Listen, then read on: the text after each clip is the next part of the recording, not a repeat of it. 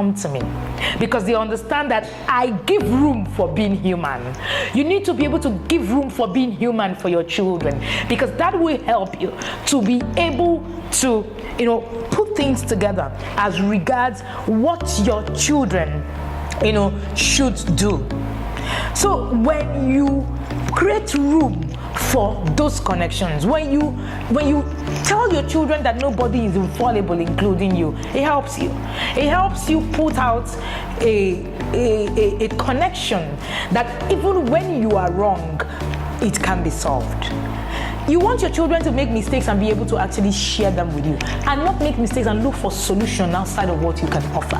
Remember that you are there as a guardian, you are there as a teacher, you are there as an influencer. I was listening to one of my mentors as well recently, and he said something. He said, you can't influence somebody you do not share connections with. And that's the truth. I'd say that authority is not force and control. Authority is respect and trust.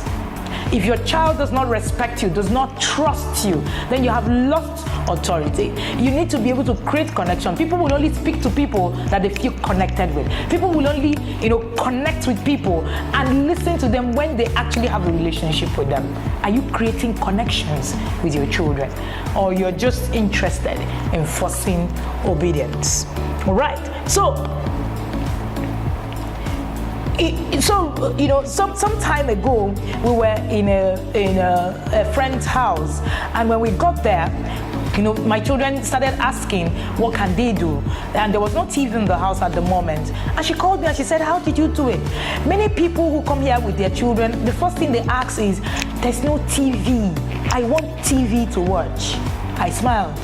I said, you need to teach these skills and not just force them down the throat of the child.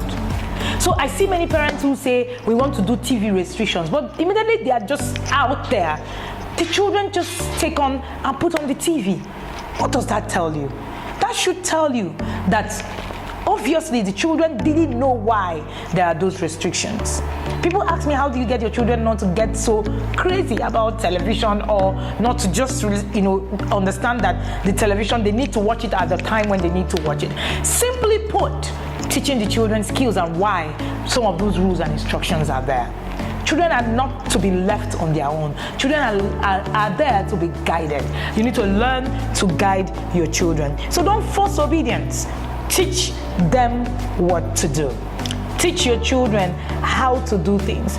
Teach them to do what is right per time, and not just how you're forcing them. When you force them, the moment you're no longer there, the child does whatever it is that he thinks it's okay.